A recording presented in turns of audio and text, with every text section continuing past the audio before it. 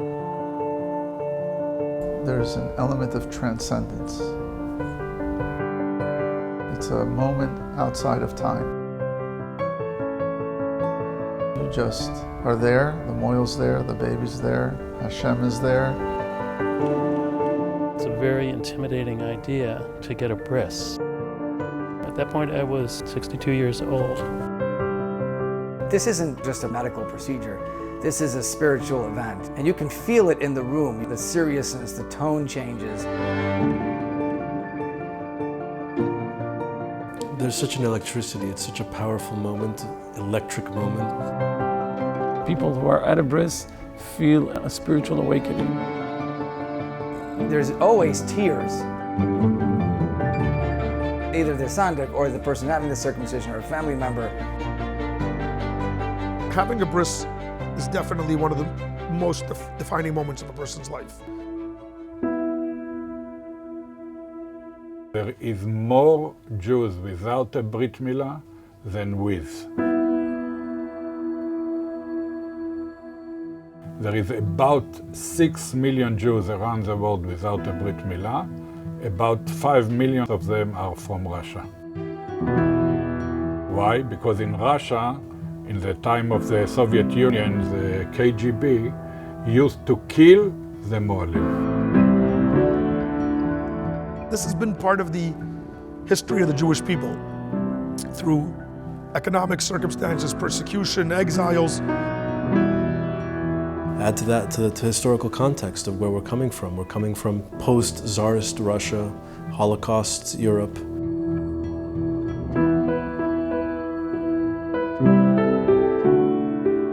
Circumcision was a danger. Lighting Shabbos candles was a danger. The Russian authorities, they would ship you off to Siberia, or they would kill you. You didn't know who was an informer, which day they're going to knock on your door and take you away. One of my grandfather's uncles was wanted dead or alive by the KGB on a regular basis, and they couldn't leave Russia under the circumstances because there were no exit visas. We're really providing the opportunity to right a historical wrong. These were people who, through no fault of their own, no fault of their parents, through the vagaries of Jewish history, ended up with no bris. קודם, כשהגעתי לפה אני לא ידעתי, בכלל לא היה לי שום ידע, לא היה לי שום ידע ושהייתי צריך לעשות את זה בכלל. עד כדי כך לא שלא עשינו, פשוט לא היה שום מידע על היהדות, אפילו ההורים וסבא וסבתא היו מסתירים את זה מאיתנו.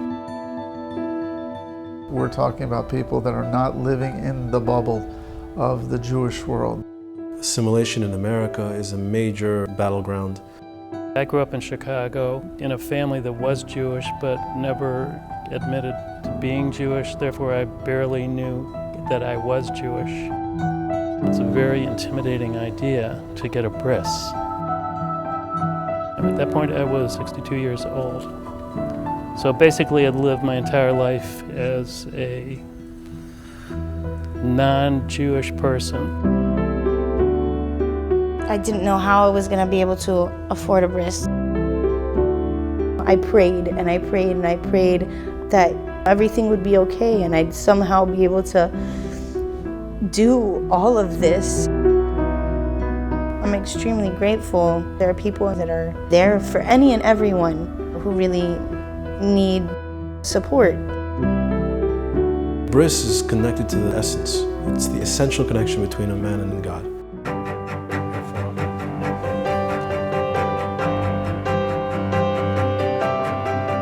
I am Jewish. I want to be Jewish completely. Every Jew, even that is not religious, there is something inside his spirit, his soul, that push him to do the Brit Milah, and they cannot explain it. They want to do a Brit Milah. The bris milah is the foundation. It's the yesod. This is the beginning, the seminal point of Judaism. It cannot be compared to any other mitzvah that a person does in their lifetime. What Rabbi Amit and his crew and all the Malim do for Brit Yosef Yitzhak, they made it that the minute you decide you want a bris, the next day you can have a bris. It's like a drive-through bris. They have drive-through for everything today.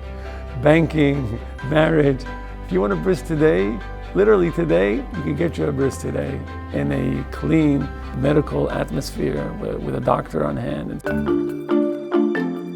They have to arrange for the moil, for the location, for a rabbi, for everything, because usually the people who come to Brit Yosef Yitzhak come with nothing. So it's turnkey, and they will do a bris for anybody, anywhere, if they're called.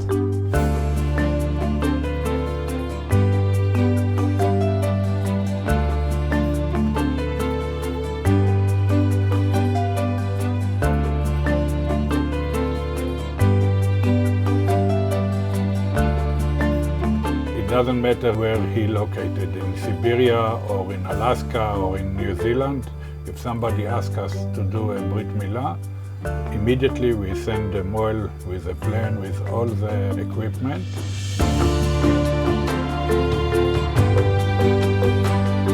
We've done state prisons, federal prisons, US Army bases, Israeli military installations. I've been asked to go to Yemen, Seoul, South Korea, places that you wouldn't even imagine there's Jews everywhere.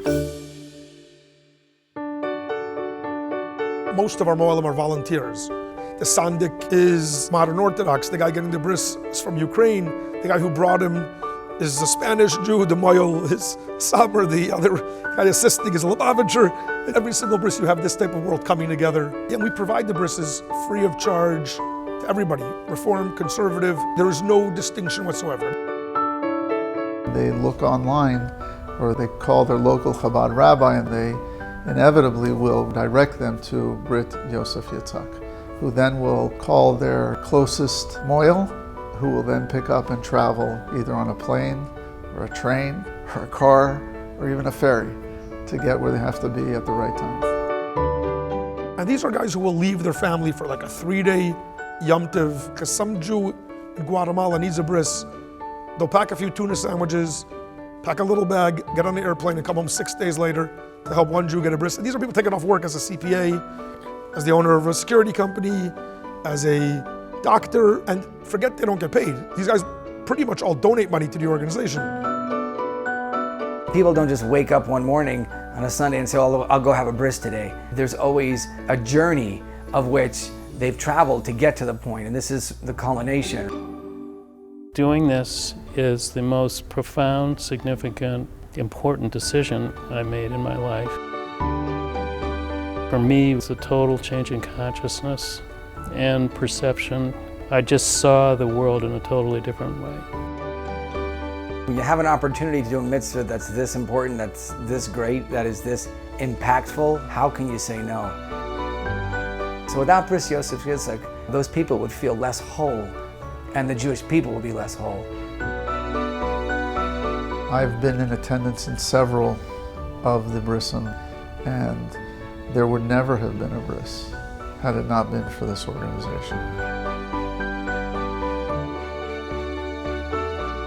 Thank God somebody's out there that cares. I prayed to God that they would come, and they came.